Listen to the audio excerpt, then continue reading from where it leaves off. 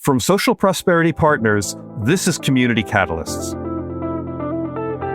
Social media is media. I mean, it is more important than television today. It is more important than print, and now it is more important than websites. Like, this is the place that people get information. So whether we like it or not, whether we've had a positive experience with it or not, or whether it has societal ills or not, we have to fix it.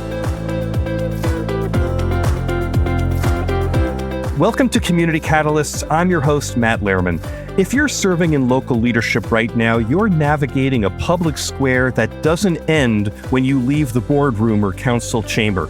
Conversations that once happened in meetings or community forums now unfold online in real time, often without context and rarely with much grace. Trust can feel fragile, intent is easily misunderstood, and the distance between government and community can seem to shrink or stretch depending on how those conversations are handled. This podcast is for leaders living inside that reality. It's a place to slow down, reflect, and learn from others who are carrying the same weight while trying to serve their communities well. My guest today challenges a belief many of us hold, and I, for one, have reinforced it as a speaker and civic facilitator all over the country, that meaningful civic dialogue doesn't, and perhaps can't, happen on social media.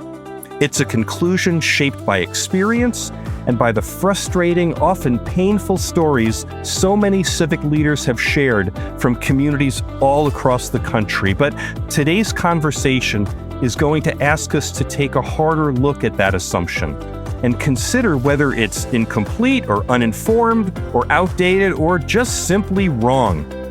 A few weeks ago, I had the pleasure of interviewing Matthew Johnson, the city manager of Jamestown, North Carolina, on this podcast, and as often happens, we kept talking long after the recording ended, and I repeated my familiar refrain about the frustration civic leaders feel with social media. Matthew paused and he said, "You need to talk to this guy." Here's how he put it. But he got elected to city council when he was working in California. And he started realizing, he was like, man, these local communities are just getting barbecued on social media. They don't know how to respond and they don't know what they're doing. So in his retirement, his passion project has been to try to help local governments with their social media issues.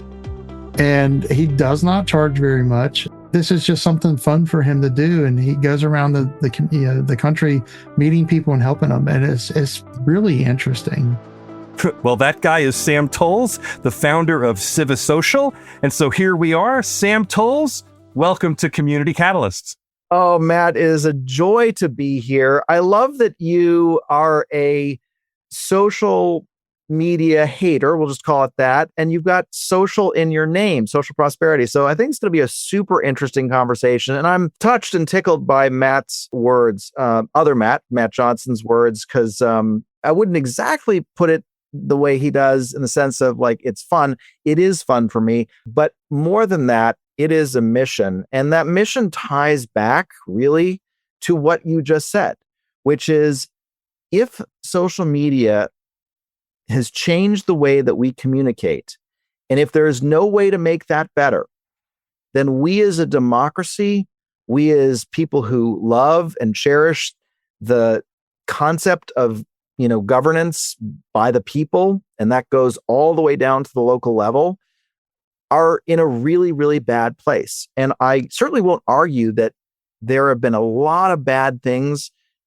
There still are a lot of bad things related to social media. And we're just at the beginning of artificial intelligence, which is a whole other technological shift that will challenge humanity even further. So I'm excited about the conversation today and happy to tell you all of the learnings that I've had traveling across the country. CiviSocial has existed for 18 months. We have been to 17 states and have worked with 22 clients. And it's been a transformative experience for them. But more importantly, for me, it's been a transformative experience for me because for the first time in my career, I'm doing something that's giving back to the world and hopefully healing democracy in a small way, in a way that I know how to participate in. So we're going to get into all that, Sam, but I'm going to start with, I think I told you as we were preparing for today that when I go around the country as a keynote speaker, one of the questions that I'm always asked is there a productive way to have meaningful civic dialogue in social media? And my standard answer is to say no. And the slide that I like to put up on the screen has a picture of the quintessential toy of my baby boomer youth, the Rock'em Sock'em robots. I said, I'm not a social media expert, but this is my experience with social media. It has no strategy. It has no point other than beating everyone up and making their heads knock off. And for those who don't know the Rock'em Sock'em robots, they were little plastic robots in a boxing ring, and you just held a piece of plastic. There was nothing electronic about it, and you just had to beat up your best friend or your brother or something until the little head kind of ratcheted up, and that's it. And if it occupied, in my way of thinking about it, if it occupied your attention for anything more than about 75 seconds, there was something really wrong with you because there's no strategy involved. You tell me, please, am I wrong? Is social media, is there some strategy beyond Rock'em Sock'em robots that we can talk about? Yes, there is. But let's back up for a second, because I think before we talk about the solution, let's talk about why we cannot, even if what you were saying is true, that there was no hope or there was very little hope to actually change and create a positive dialogue on social media.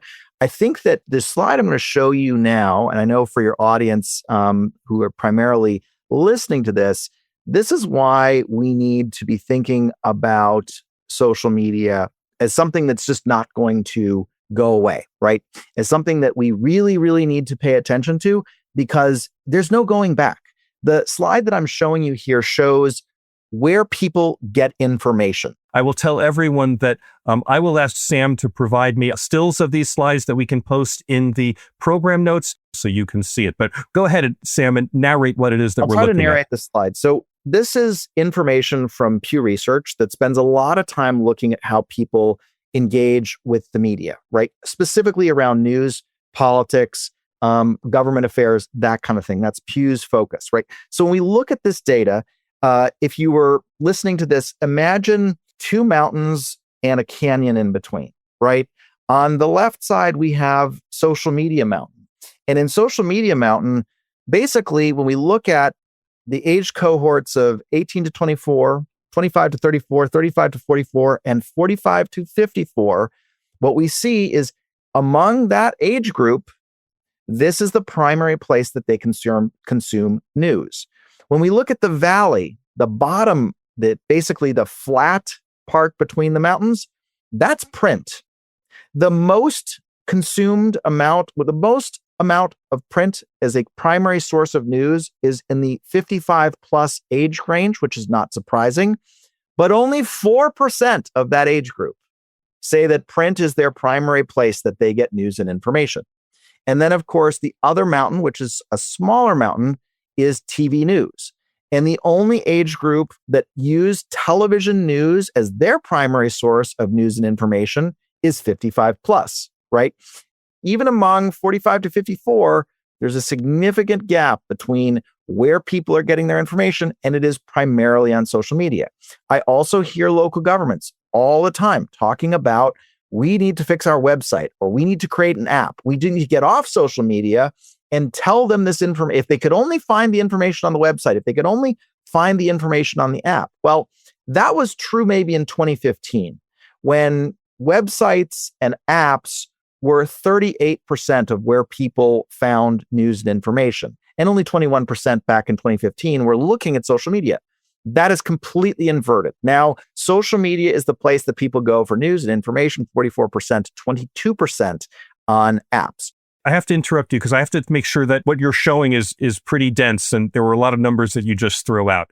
What your chart here is showing is that overall, the percent of people who are saying that they're getting their primary news source from social media has gone in the year 2015, it was 21%. It's now 44%. But the people who are relying on websites has dropped from 38% to 22%. That's the overall numbers. And what you're saying is, and within that, the age factor affects that tremendously. Correct. And this all kind of goes back to your initial thesis, which is like, can we have productive dialogue on social media? The answer is yes. And we'll talk for the bulk of this conversation about how and why. But just looking at social media and going, well, that's a pain in the butt, or that's a terrible place. It's all well and good. I mean, I cannot tell you the number of people that I hear, not just in local government, in national conversations, psychologists and therapists and researchers and all and journalists who hate social media. Why do journalists hate social media? Well, the two lines we just talked about, right? Their line is the website line, right? People, and their line is the print line, and the social media line has gone up. So you're saying it's not a one size fits all kind of a solution to this. I'm just saying that there's a lot of people that say, let's give social media is a hopeless cause and end of story. That may be true, but it would be kind of like saying after the Kennedy-Nixon debate, well, John F. Kennedy wore makeup and people voted for him, and television is just I Love Lucy, and we shouldn't pay attention to it because we have the newspaper and the radio. Like social media is media. I mean, it is more important than television today. It is more important than print, and now it is more important than websites. Like this is the place that people get information. So whether we like it or not, whether we've had a positive experience with it or not, or whether it has societal ills or not, we have to fix it. And that's why I do what I do, because I have worked in social media in a way that people can actually solve or begin to solve the toxic soup that they're all in. So I'm going to ask you a question, because I always start my keynote with a very specific question. I say, is all social media bad, or is social media all bad? And you're going to scratch your head and you're going to go, what the heck is he talking about? I think when people refer to the negative interactions that they have on social media, they are primarily, especially in local government, they are primarily referring to conversations on Facebook. I will say, do you guys use YouTube? And people will go, yeah, I love YouTube. Like, YouTube's social media. I'm sorry to tell you, YouTube social media. I'm on LinkedIn. People are complaining about how horrible social media is and how much they hate it. I'm like, but you're on LinkedIn. And they're like, yeah. I'm like, also social media. The fact that LinkedIn and YouTube and TikTok and Instagram are all social media platforms does not mean that all social media behaves like Facebook or Twitter or Nextdoor, right? Like I have a process that I do with my clients. I will get every department head and the city manager and the elected officials into a room, and I will give each of them a red sticky note and a green sticky note. And I will say, on the red sticky note, forget about the city, forget about your work. In your personal life, when you think about your consumption of social media, in your personal life, I want you to write down on the red sticky note where you feel anxious, where when you're on this platform, you're feeling anxious, you're feeling combative, you're feeling negative. That feeling that you get, the most of that feeling, the platform that does that to you most, write down the name of that platform on the red note. On the green note, I want you to write down the platform where you kind of are just scrolling to relax, where you see something funny, there's a cat video, there's something silly, or there's a piece of information that's cool that you want to share with a family or a friend. Write it down on the green note. And so then I flip my board around, and on the top boxes, I have Twitter, Facebook, Nextdoor, and on the bottom boxes, I have YouTube, Instagram, and TikTok. What do you think happens when I take and I didn't give people that we're going to put this on a board. I just asked them to write them down. What do you think happens? Well, what happens is the top of the board is all red and the bottom of the board is all green. And so then I say, now, where does the city, where does the county, where does the village spend its time? And the light bulb goes, they're like, oh, wait a minute. We're living in negative land. We are literally in a space that is toxic and negative, and we have chosen to have our conversation there. And we just panic and say, it's all bad and we've got to stop. But really, there is a different approach, and it does involve thinking about the platforms differently and building your content. That doesn't mean abandoning Facebook, but it means taking an approach to your content that is more akin to a YouTube, Instagram, or TikTok environment and approach versus a reactive, argumentative, late night at the bar approach that you're going to get into in a Facebook or an X. Sam, I want to be clear. We're talking specifically for local leaders, whether they are elected, appointed, or even serving in a staff position, and obviously with the rules that they operate under Freedom of Information Act and open meeting laws and things like that.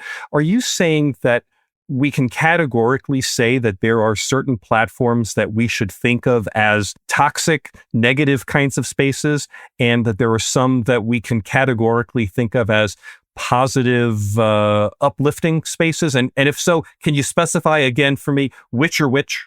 I think it varies by degrees. There's toxicity in Instagram, there's toxicity in TikTok, and there is toxicity in YouTube, and there is toxicity on Facebook, and that it exists on all. I think about social media somewhat like the Force in Star Wars, right? There's the dark side, and then there's the Jedis.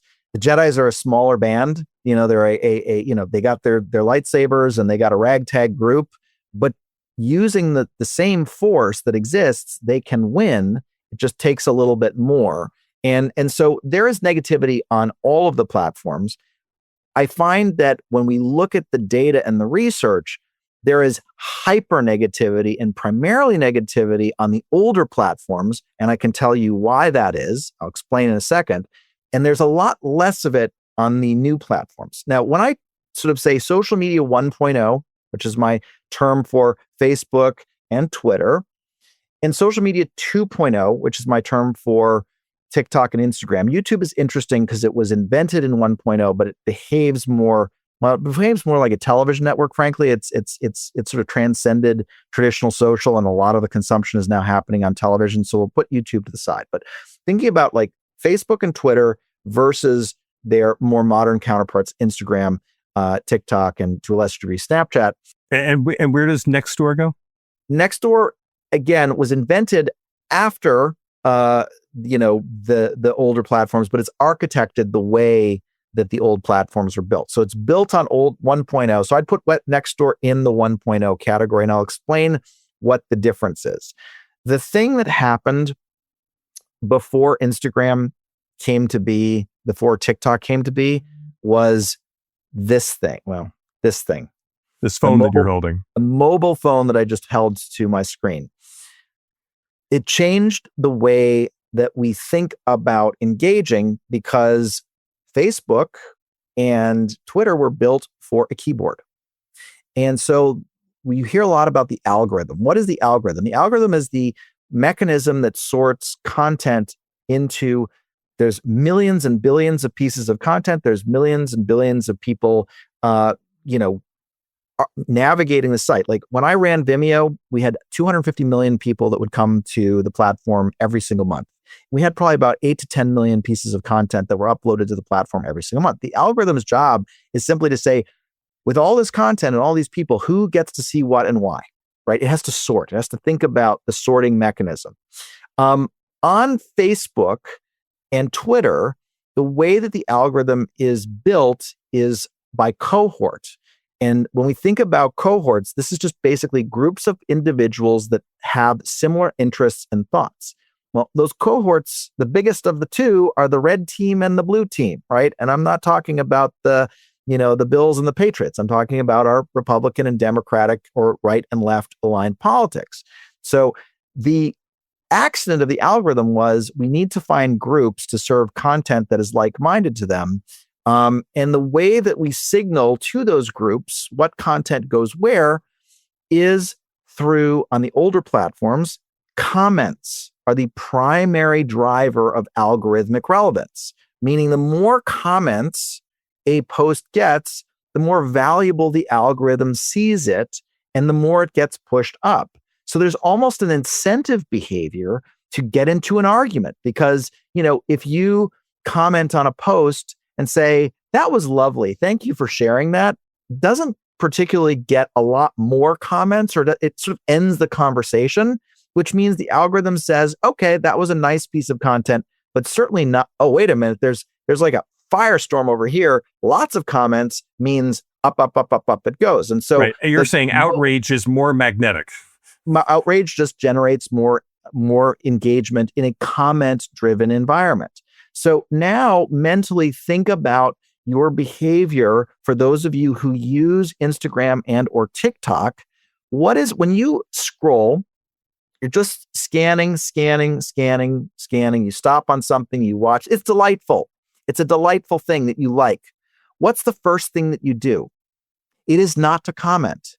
It is to share that piece of content. You send it to a friend, right? Now, let's think. So when we think about the modern platforms, the mobile-first platforms that were built on share architecture as the primary driver of the algorithm, the intent is completely different, right? Because the act of sharing is like the most valuable thing to the algorithm. Highly shared content is content that gets surfaced more, and that's why these platforms have a higher degree of positivity. Let's apply this now to the context of government and social discourse, right? When I share something, let's see, I saw something about the pothole on Main Street that's getting fixed, and there's a lovely public works person who's telling me about it, and it's getting done, and it's a fascinating video because we know on platforms people love watching steamrollers going back and forth. Like they love the just the visual stuff, and they love people. They're like, there's Steve, the steamroller operator, and he's making sure that pothole's done. Oh, that pothole annoyed me. I'm going to share that with my friend, and they're going to share it with their friends. When that person on the other end is receiving that piece of content, it's coming from somebody else in the community as a gift, as an FYI. It is not a comment. A comment is about bringing attention to yourself as the commentor, right? You're the critic. You filled the pothole, but what about the one on my street, right? It's the intent and the way that the architecture of the system and the algorithm are different. And that difference is the difference between an environment that dives into a negative cesspool and an environment that typically rewards more positive, more informational, more thoughtful content. And so that's why I say, is social media all bad, or is all social media bad? What an interesting thing to say, that structurally the comments are a breeding ground for negativity, but sharing is a breeding ground for positivity. That's fascinating. Okay, so before we go deeper, I want to talk strategies with you specifically. Let me just back up a little bit. You mentioned that you were at Vimeo. Just give us the very short version here of my resume. But it's a long resume, and I'll be very concise. I promise. So I started in Hollywood and was very big in television and film. When I got the job at Vimeo as their general manager, I went in thinking I was going to teach the kids how real media worked, because I too was a skeptic of this thing called social media, but I was fascinated. And I realized very quickly that social media was actually media, and that my old business of television and film was going to die.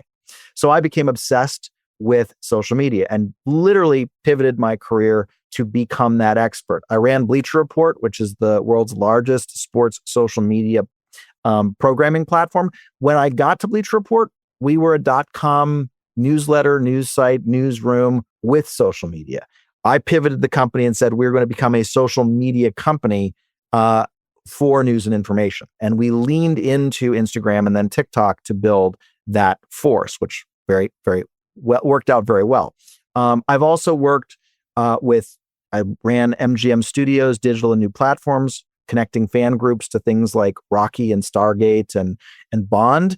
And I've worked with creators, the team at Mr. Beast, Carl Jacobs, and other creators that have billions of followers in aggregate. So I've touched social media at the highest level, hundreds and hundreds of millions of followers on accounts that I've managed, and just know it very, very well. And on top of all of that, you served a term on a city council. Yes, I did. So when you live in Los Angeles, which is where I started my career, I mean, the city council people in Los Angeles, I think each represent like 2 to 3 full congressional districts or in one council district. So I had no way to actually participate in local government. I was blessed to have an opportunity to move to the Palm Springs area and settled in a town called Cathedral City because I was working for a company based out of Colorado, and they allowed me to do remote work. Before that was a big thing. So I was like, well, I don't need to live in LA if I'm going to Denver every 2 weeks and I'm primarily in California. So moved to Palm Springs area. And I've always been fascinated by government. I have a degree in political science. I love local government, and I ran for city council. And that experience, that 4 years on the council before I left to go to Vimeo, when I look back on my career, 27 years in the media business and basically 27 years as a professional, that 4 years, that part-time job was probably the most important work I ever did. I mean, transformed the community, changed a lot of things, I like to say, I was instrumental in digging a corner of the basement. But on the foundation of that corner and the rest of the basement that other people after me dug has bloomed an incredibly strong, fiscally solvent, vibrant city with a new amphitheater, with a new casino, just wonderful things. We dug the basement, but it was the people, the staff and that organization that built the community. And so I love local government. I think it's so important, the work that it does. And when I retired, I was like, I want to go back there. I want to try to help that space succeed because it's the most valuable thing I've ever done. Okay, so I'm taking notes as we're having this conversation because I want to be clear and make sure that we're delivering not just strategy, but tactics to the people who are listening. And so far what we've said is, and I'm not trying to put all your stuff into any sort of priority order, but so far we've said strategies for social media. Pick your platform. Pick a platform that's going to go towards positivity, not to negativity, and invite and respond to engagement broadly. Don't get hung up on the few who are the loudest who are speaking. Absolutely. Those are two core principles. And let's sort of unpack both, right? The average age of a resident of a suburban city in the United States is 38. That is a millennial, folks. That is not, and I'm sorry, millennials don't use Facebook as their primary communication vehicle, right? You are talking to moms and dads who have busy lives, are out working. And the reality is when we look at the data, overwhelmingly people trust local government. 70% typically will say in a given survey that they trust their local government, that they're doing the right things, they care about them. They're not engaging, not because they don't want to engage, that they don't care, and that they don't trust you. They're not engaging because they have other things to do. They're busy people. They got kids, they got school, they got work. And so what you want to do is so what's happened is because Facebook has aged out and government has stayed on Facebook and the STPs have always been a problem, the information ecosystem has closed around them like walls and like those old movies where the walls would close and almost smush you, right? Like it's getting smaller and smaller and smaller and smaller. Meanwhile, you've got a 36, 37-year-old mom who's on Instagram, completely reachable. She's not going to read your Facebook flyer, folks. She's not going to do it. You know why? Because think about your own mailbox. Think about when you pick up the mail. You get flyers from the realtor and from the grocery store and from the credit card offers. You probably had 50 pieces of junk mail. Do you ever look at that stuff or you just dump it in the Just toss it, absolutely. Think about, both my parents were teachers. My mom taught in inner city St. Paul, Minnesota. And she would go out of her own pocket. She did not make a lot of money to buy school supplies for these kids who did not have enough money to have the supplies needed. My mom cared so deeply about her students, and it was real. And I felt that as a kid. And there's so many teachers out there that are that person. If we see that teacher who cares about her students or his students talking about that care passionately and authentically, like the two key words, if you have to take away two words to go research, parasocial and authenticity, right? The brand logo and the fancy flyer are the opposite of both. You're trying to make somebody see you as a, polished professional government organization versus seeing what government really is, which is a group of people that are neighbors serving neighbors. That is what government is. And if we humanize it, so one of the mistakes I see is because video in and of itself, the people get confused. They're like, well, my videos don't do well. I'm like, yeah, because you've taken a brand logo that takes up the first 15 seconds of the video. By the time that logo is finished swirling around on the video, they've swiped on by. Second of all, there's no real people. If there are people, they're stiff. They're reading off of a script. They look like a hostage video. Or you've got a montage of photographs and you're reading a voiceover over the photographs. There's nothing parasocial about any of that. But my mom is a teacher talking about, the student that she helped who went on to become a, Olympic athlete that won a medal for the United States, who came from a very poor immigrant family, but she had the American dream because she was given, the blessing of education. Like, that story is powerful. And my mom is not a, particularly well-spoken person, and she's probably very awkward on camera. But you put her in front of a camera and say, Mom, forget the camera's there. Just tell us about this student that you helped. She'll light up and she'll talk about it. And then a great, clip from that piece of content is popped up on social media. That's what gets shared. Oh my gosh, did you see the story of the teacher who helped this kid who become, wow, I didn't know about that. That Carol, she sounds like a wonderful person. I want to know more about Carol. And when you see Carol again, the relationship deepens, the parasocial relationship deepens. And creating a portfolio of content that is people-led, human, authentic, and scrapes all of the polish and the presentation and the flyerness of it off is how my clients ultimately achieve up to 80% reductions in negativity directed at them on social media in under 6 months. And it doesn't become an attack on the parasocial personality that's been put out there? So this is a question I always get, which is because I show people, we build a system together over the time I'm with the municipality.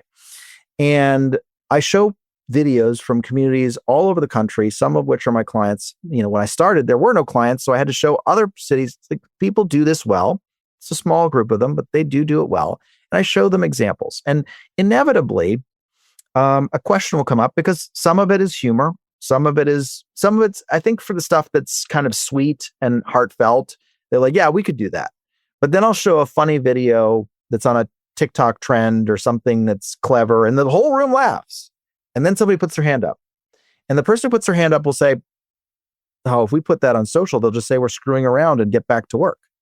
And that comes back to the other question that you asked, which is where, right? Yes, if you put that video on Facebook, chances are they're going to be annoyed because those people are living to roast you.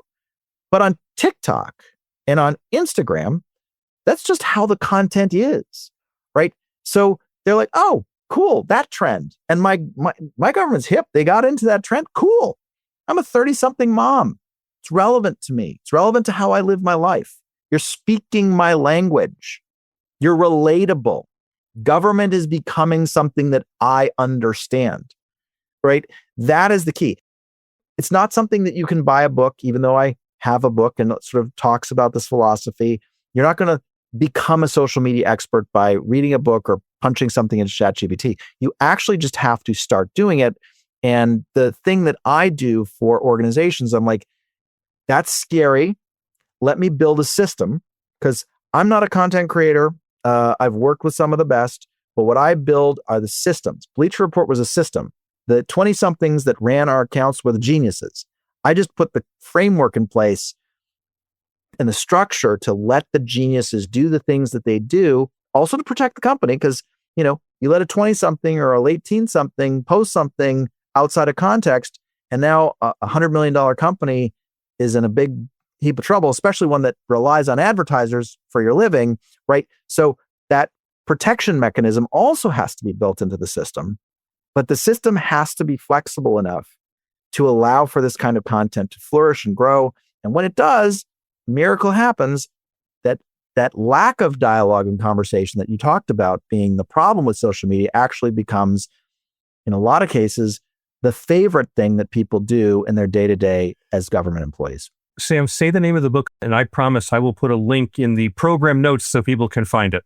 Of course. So they're both on Amazon. Social Media Playbook for Local Elected Officials. So if you're a local elected official, that would be the book I would recommend for you. I also have the Social Media Playbook for city and county managers. So if you are on staff as a department head or a city county manager, you can buy the book on Amazon, or you can request it for free on my website. Either way. And if you're a strong mayor, meaning you have administrative responsibilities, both books are probably appropriate, because if you need to manage it, you're not just sitting on a board, but you're actually in the weeds as staff. The tactics in the management book are appropriate for you. I want to ask you just to talk about the evolution that you've seen your clients go through, especially for people in local government, where there's always this concern that they not let their personalities, guide things. They want gravitas. They want to be seen as serious. There's got to be an evolution that you've observed as leaders are understanding a new way of working in social media. Can you guide us through what that awakening looks like for them? I'll use national politics and make everybody's hackles go up as a parable here, right? In my training that I do occasionally for local elected, sometimes I'll get called by a city just to come in and train their locals for a day. So I have a whole program, I do that. And one of the modules I talk about is, I call it the Trump Mamdani moment. I put a picture of those two gentlemen up, and boy, the room gets tense. If I'm in Texas, they do not like Mr. Mamdani. If I'm in California, they do not like Mr. Trump, and maybe some like one, or doesn't matter. I use those two gentlemen and break down, what it is that they're doing. And when we strip everything away, and we all have very strong feelings about people who are polarizing in our time, and the polarizing is not the thing I want them to focus on. I don't want to talk about the policy. I don't want to talk about their plans. I just want to talk about what makes them different and why it's worth noting. Both of them were outspent dramatically. Both of them were given no chance of winning in their first elections. And one thing that you can say about both men, regardless of how you feel, regardless of if you think they're the most terrible person in the world, the thing you could say about both is they are the person that they are is the person that they seem to be, right? They real them, the unpolished realness that they are, and how they communicate is who they are. You're saying what you see is what you get is an asset in social media? Yes, it goes back to that authenticity, right? Kamala and Cuomo package them. I mean, there was Mark Cuban, who was on the Kamala campaign, gave an interview. I can't remember which podcast, but it was fascinating. He said, when we took over from the Biden campaign, we were 9 points down. 9. He said, we had that Brat Summer moment, which was a TikTok phenomenon when Kamala launched her campaign. And the campaign saw that 9-point gap go to basically zero, go to even in 2 weeks. And then the consultants came in and said, no, Kamala, we got to package you up. We got to put the bubble wrap around you. You can't say anything. And when you talk, it's always going to be this, right? We're going to package and manicure all the things that you just said. That is where the numbers stalled out and began to slide again. And what Cuban said is, we should have gotten rid of all those consultants that we spend hundreds of millions of dollars on and just had Mr. Beast do it, because Kamala is a funny person. She swears. The person you saw on television and the way that we packaged her is nothing like who she is. And we are now in a moment, and again, it's not maybe good or bad. Maybe it is good. Maybe we should see the real behind the people who aspire to lead us versus a bunch of consultants that have packaged and tested messages, 100 times over and have created a clever logo. And because trust is gone, and whatever the reason for that is, and social media has contributed to it, but really it's been years and years and years of messaging and manipulation and sort of half-truths and exposed lies. Society has gotten to a place where they're looking for something that they can trust, and that trust is the real you. I tell local elected officials all the time, If you want to know how you should act and behave on social media, text your closest friend or your family member and ask them, what are the three things that you like most about me? Not the things that I present to the world, but the things that make you care about me.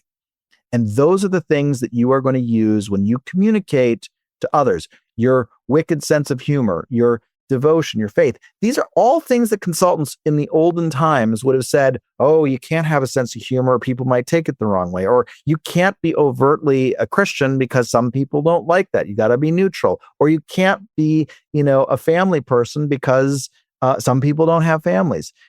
Appealing to everyone is appealing to no one. Being yourself and being authentic will make people.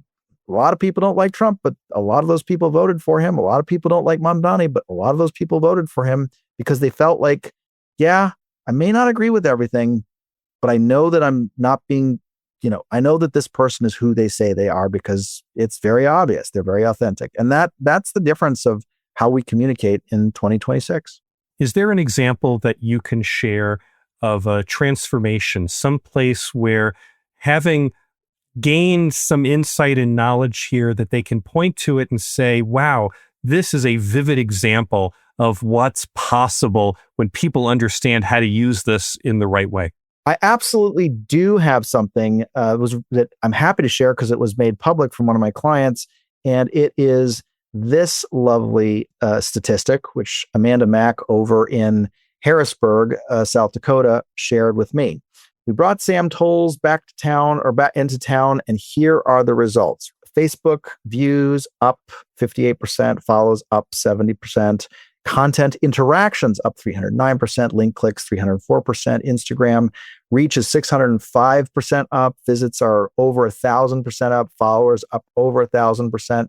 Video views on their TikTok, which is brand new a couple months ago, over 64,000. And this is a city that has 10 or 11,000 residents. What you're not seeing in this data is that the organization has no formal communications manager. This is a team effort. The whole team is probably under 30 people in the whole city, but they're doing it as a group. And if you ask Amanda, she would say that this team has gotten more joy from engaging on social media using this process than they have in a lot of the other work that they do and that they used to find joy in. I love the intention that there's more ways to communicate and there's more ways to be genuine and involve people and make them feel connected and to be authentic in speaking to them. I'm getting that from you completely. The work is inspiring. Me to give you one last parable because it's my favorite. It's like having children. Like you can't pick a favorite, but this is probably my favorite story. So I worked in another small staff, right? Calamasa, California, very small staff, bigger city than Harrisburg, but a very tightly knit staff. And they were one of my first clients. I think Calamasa was my fourth client that I worked with a year ago. I was in a neighboring community that had brought me out based on Calamasa's, success on social media. And I took the city manager to lunch. The city manager had brought me because social media had reached the pain point that you were talking about. Like it was bad. And we talk about the STPs, the same 10 or 20 people that harass on social media. They had about 30 of them. And so when I took Will to lunch, I said, how are things going? And he goes, Sam, I don't have an STP problem anymore. I have an SOP problem. And I said, what's an SOP? I've never heard that term. He goes, we're down to one person, same one person. The other 29 are gone. They're gone. If a small staff like the team in Calamasa or the team in Harrisburg can do this, there's not just hope for larger organizations. There's hope for maybe America itself. We can start having a conversation, not at the bar at 3:00 in the morning, but having a conversation with neighbors about the things that we care about in ways that are productive. Technology is here. Social media is not going away. We're not going to rewind the clock to, something before social media. And what comes after with AI, who knows? But right now, like the Force in Star Wars, you can give up and let the Empire win. where you can pick up a lightsaber and you've heard from this, old bald guy, maybe not as handsome as Yoda, that the power is in you. You just have to choose to use it. And if you need someone to come in and build the system to guide you, I would be honored. Sam Toles, it's been not just wonderful speaking with you, it's been absolutely eye-opening. And I think the next time someone asks me the question, is there a way to have productive conversations online, I will have to find a response to it other than putting up the Rock'em Sock'em robots, because you've clearly demonstrated that there is strategy, there is intention, and there is success possible in having courageous conversations on digital platforms. And I'm very grateful to you for your generosity in sharing all of this, and really fascinating to talk to you. Thank you so much. I so appreciate this. This is a passion, this is a mission, and the opportunity to spread the word on programs like yours means the world to me. So thank you for the time. My thanks again to Sam Toles, founder of CiviSocial, for such a thoughtful and generous conversation. What stands out in listening to Sam is how often we misunderstand what's actually happening in civic life when conversations move online. It's easy to frame social media as the problem or to treat it as something separate from the real work of governance. This conversation offers a different lens. Social media is simply another place where trust is built or eroded, shaped by how institutions show up and how people experience being seen, heard, or ignored. Sam's insights challenge a familiar reflex in local government, treating communication as marketing, or outsourcing storytelling in ways that create distance rather than connection. The deeper takeaway that I'm taking from this conversation is that civic legitimacy doesn't come from polish or control. It grows out of presence and proximity and a willingness to let communities see the people behind the work, not the government, but neighbors serving neighbors. That shift is not a communications tactic. It's a leadership choice made one interaction at a time by individual leaders. It shows up in how people listen, how they respond, and how they're willing to be present even when conversations are difficult or uncomfortable. And it reaches far beyond social media into how trust is earned, frustration is navigated, and leadership remains worthy of the responsibility it carries. So again, my thanks to Sam Toles. If this conversation sparked an idea for you, raised a question, or got you thinking about your own leadership, I'd love to hear from you. You're welcome to call 602-688-2724 and leave a message. Ask a question, share a reflection, or suggest a topic you'd like to hear explored next. I listen to everything you say, and your input genuinely helps shape future episodes.